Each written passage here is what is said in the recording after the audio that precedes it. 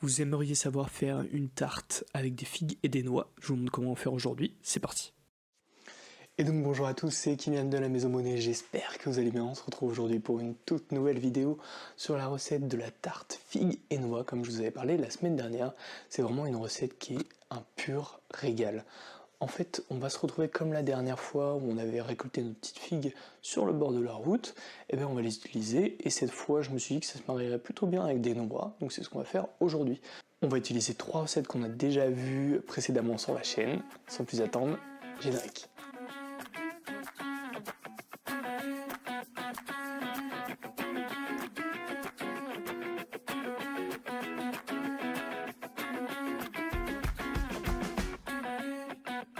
Et donc voilà, aujourd'hui on va voir la recette de la tarte figues et noix. Donc c'est composé d'une pâte sablée qu'on avait déjà vue.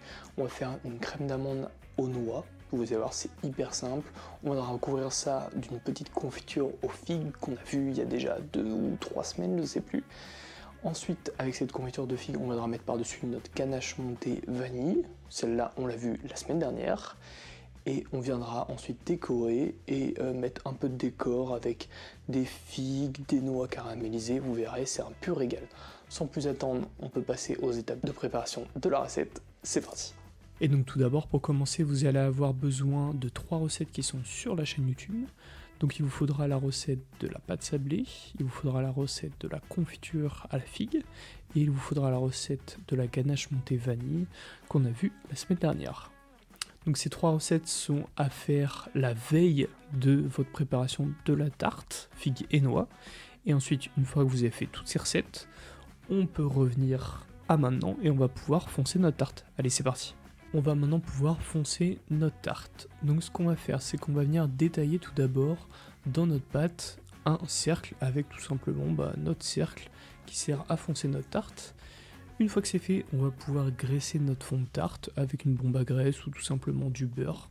Vous prenez ce que vous avez. Ensuite, une fois que vous avez fait ça, on va pouvoir venir détailler des bandes. Les bandes, vous venez détailler des bandes qui font le maximum en longueur possible sur votre feuille et à peu près 1 ou 2 cm de plus que le haut de votre cercle.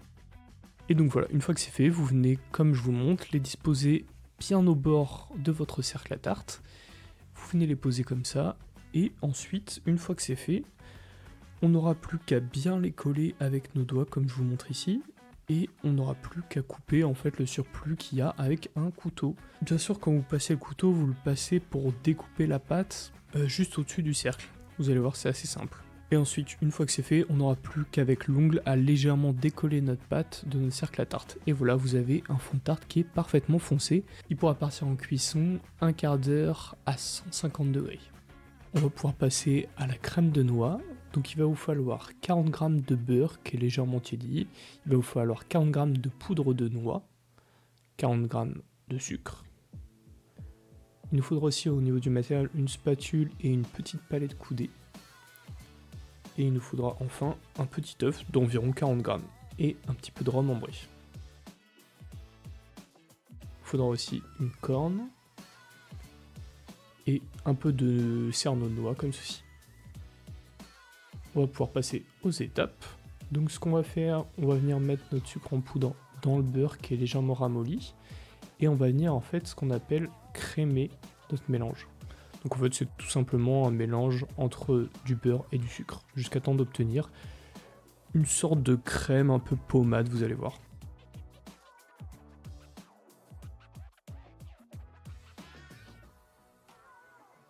Vous voyez, on voit que le mélange devient bien plus pommade, on va pouvoir ajouter notre poudre de noix et on vient mélanger l'ensemble.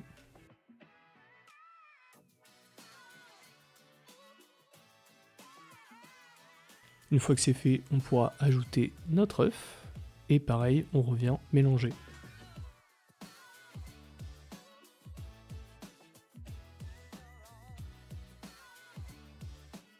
Alors là j'ai utilisé une spatule, mais faut avouer qu'avec un fouet ça aurait été un petit peu plus pratique.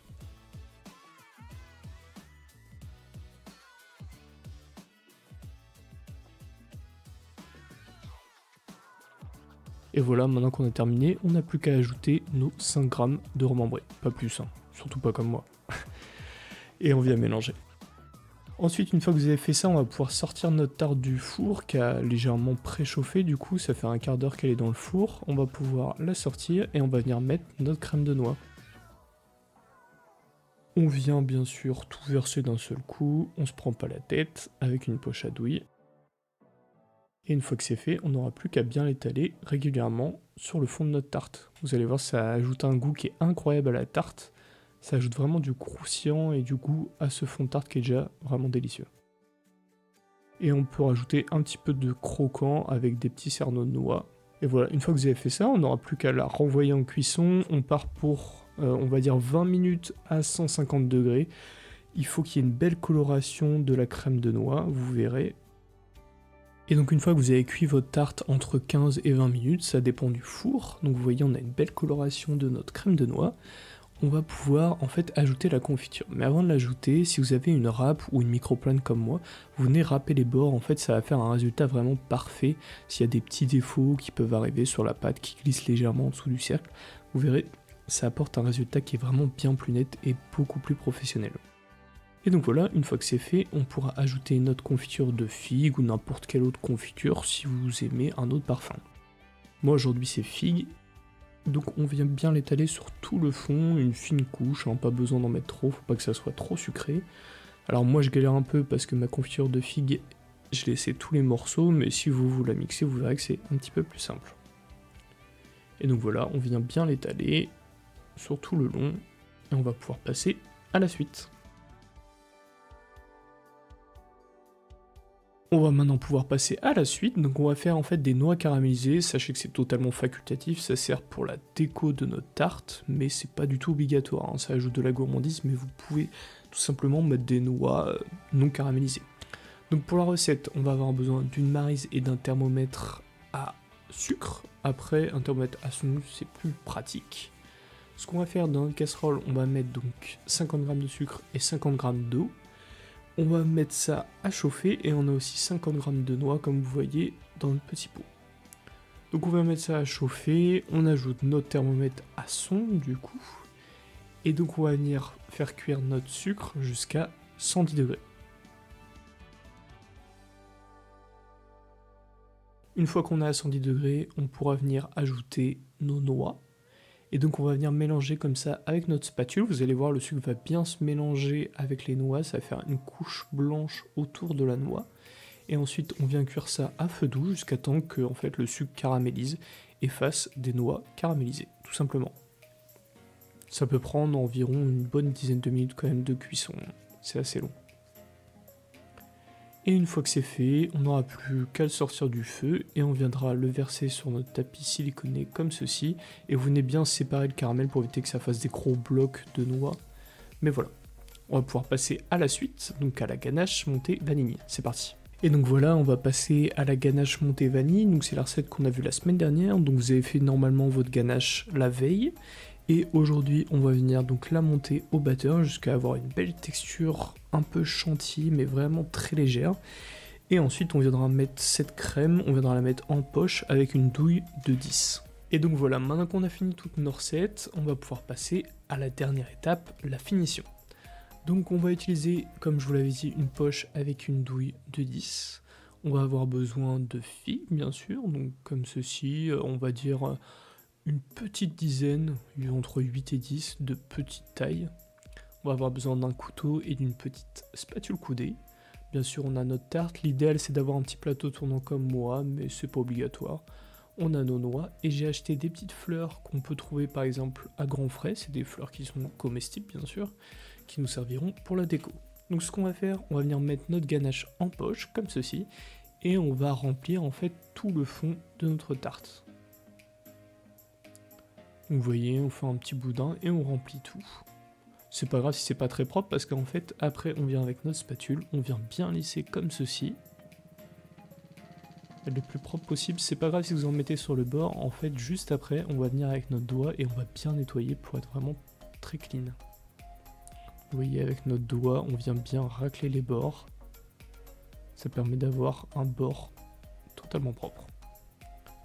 Maintenant, on va venir avec ce qui nous reste en ganache montée, on va venir faire des petits points. On fait des points de toutes les tailles, que ce soit un peu varié, que ça fasse joli.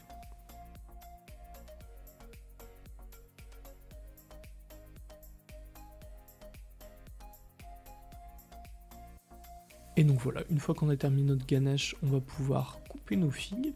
Donc ce qu'on vient faire, on vient couper les figues en 8 à peu près. Une fois que vous avez enlevé la queue, vous pouvez les couper en 8.